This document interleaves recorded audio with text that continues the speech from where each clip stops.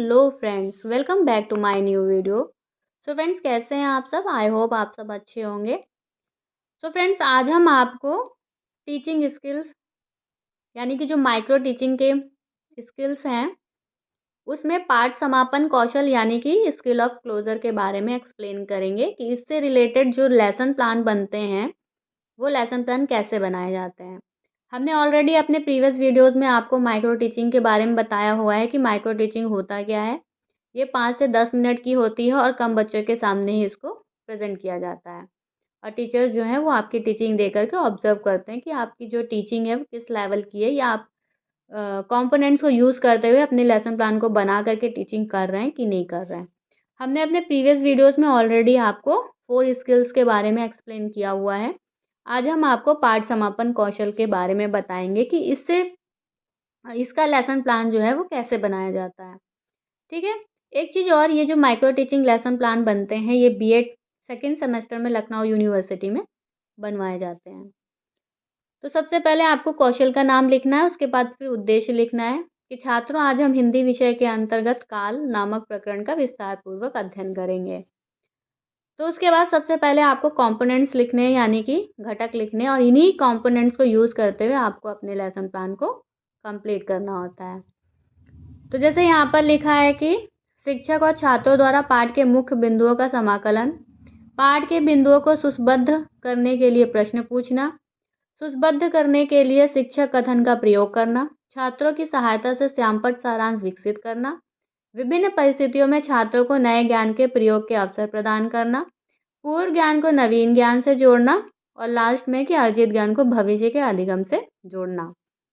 इन्हीं कंपोनेंट्स को यूज़ करते हुए आपको अपने लेसन प्लान को बनाना है, क्योंकि जब आप टीचिंग कर रहे होते हैं तो ये सारी चीज़ें आपके अंदर दिखनी चाहिए, यानी कि तरीके जो हैं वो आपकी टीचिंग में दिखने चाहिए। तो जैसे सबसे पहले टीचर जब क्लास में पढ़ा रहा होता है, टीचिंग कर रहा होता है, तो उसको इस चीज़ का ध्यान रखना है कि जो भी आपका टाइम है उस टाइम के अंदर ही आपका लेसन प्लान जो है वो जो आपकी टीचिंग है वो फिनिश हो जानी चाहिए।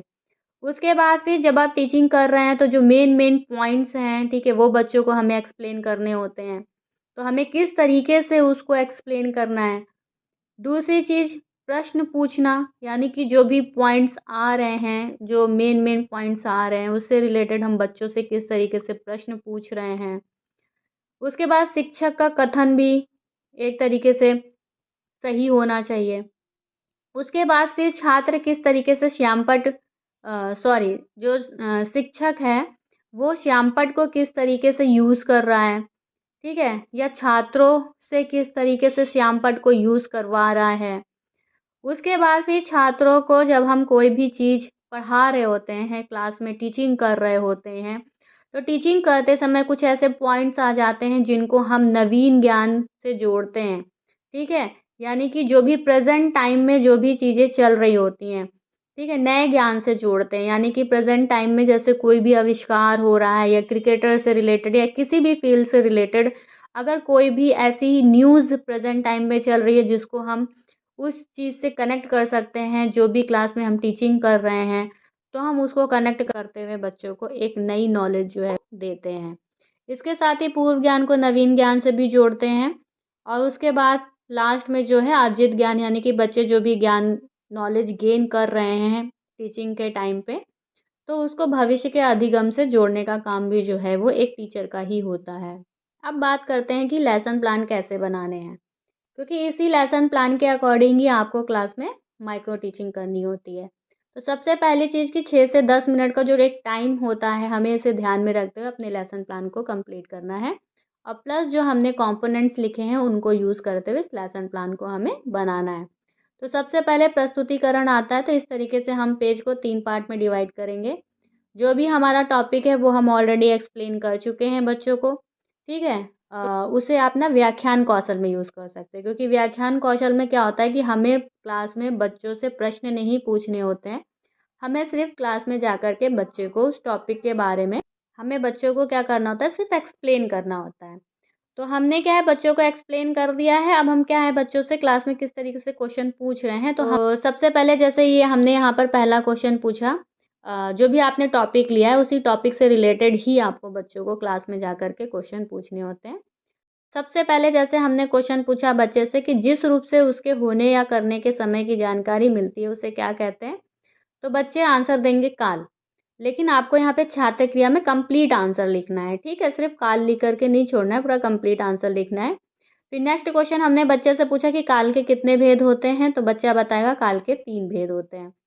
फिर नेक्स्ट हमने एक एग्जाम्पल दिया बच्चे को कि राम खाना खा रहा है, ठीक है? तो हमने बच्चे से पूछा कि बच्चों ये बताइए इस वाक्य में किस काल की बात की जा रही है, यानी कि किस समय की बात की जा रही है? तो बच्चा बताएगा कि इस वाक्य में भविष्य काल की बात की जा रही है, ठीक है? फिर हमने नेक्स्ट क्वेश्चन पूछा कि मोहन स्कूल जाता था। बच्चों ये बताइए इस वाक्य में किस काल की बात की जा रही है? तो बच्चे बताएंगे इस काल में भूतकाल की बात की जा रही है। तो इस तरीके से हमने जो भी टॉपिक लिया है उसी टॉपिक से रिलेटेड ही हमें बच्चों से क्वेश्चन पूछने होते हैं। लेकिन जो क्वेश्चन आप पूछ रहे हैं उसके भी तरीके होते हैं। जैसे अब हमने यहाँ पर एग्जाम्पल दे करके पूछा है, इस एग्जाम्पल को आप ब्लैक बोर्ड पे भी लिख सकते हैं, ठीक है? तो इससे क्या है कि बच्चों को एक हिंट मिल गया और बच्चे ईज़िली जो है आंसर दे सकते हैं। तो इस तरीके से आपको 4-5 क्वेश्चन जो हैं क्लास में पूछने हैं। फिर नेक्स्ट पेज में आपको सेम वैसे ही बनाना है छात्र अध्यापिका क्रिया, छात्र क्रिया और घटक। घटक यानी कि जो भी कंपोनेंट आपने उस क्वेश्चन को बनाने के लिए यूज़ किया है, ठीक है? तो उसी के अकॉर्डिंग आपको यहाँ पर नंबर डालने हैं। यानी कि जो भी कंपोनेंट्स जिस भी नंबर पे अगर 2 पे है, 3 पे है और आपने उसका यूज़ किसी भी क्वेश्चन को बनाने के लिए किया है तो सेम उसके सामने वहाँ पर उसका नंबर पड़ जाएगा। उसके बाद फिर जब हमने 4-5 क्वेश्चंस पूछ लिए बच्चों से तो एंड में हमें पुनरावृत्ति प्रश्न पूछना है। यानी कि जो बच्चों को हमने एक्सप्लेन किया है या फिर हमने बच्चों को पढ़ाया है, पढ़ाने के बाद फिर हम क्या चेक करते हैं कि बच्चों को कितना समझ में आया, कितना नहीं समझ में आया। तो उसी से रिलेटेड हम बच्चों से 2 क्वेश्चन पूछते हैं और ये क्वेश्चंस 1 वर्ड हो सकते हैं, fill in the blanks, objective questions, true false, इस तरीके के क्वेश्चंस कोई भी 2 क्वेश्चन हमें पूछने हैं और एंड में हमें बच्चे को गृह कार्य देना है। यानी कि जो भी टॉपिक हमने पढ़ाया उसी टॉपिक से रिलेटेड हमें बच्चे को होमवर्क देना है।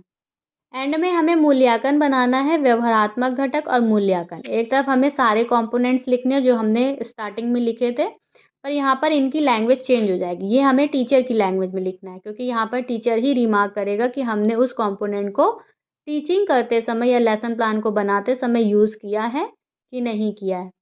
तो जैसे यहाँ पर लिखा है कि शिक्षक और छात्रों द्वारा पाठ के मुख्य बिंदु का समाकलन किया गया और हमने स्टार्टिंग में क्या लिखा था कि समाकलन करना, ठीक है? और यहाँ पर हमने क्या लिखा है कि किया गया, यानी कि हमने उस जो भी कंपोनेंट था हमने उस कंपोनेंट को यूज़ किया है।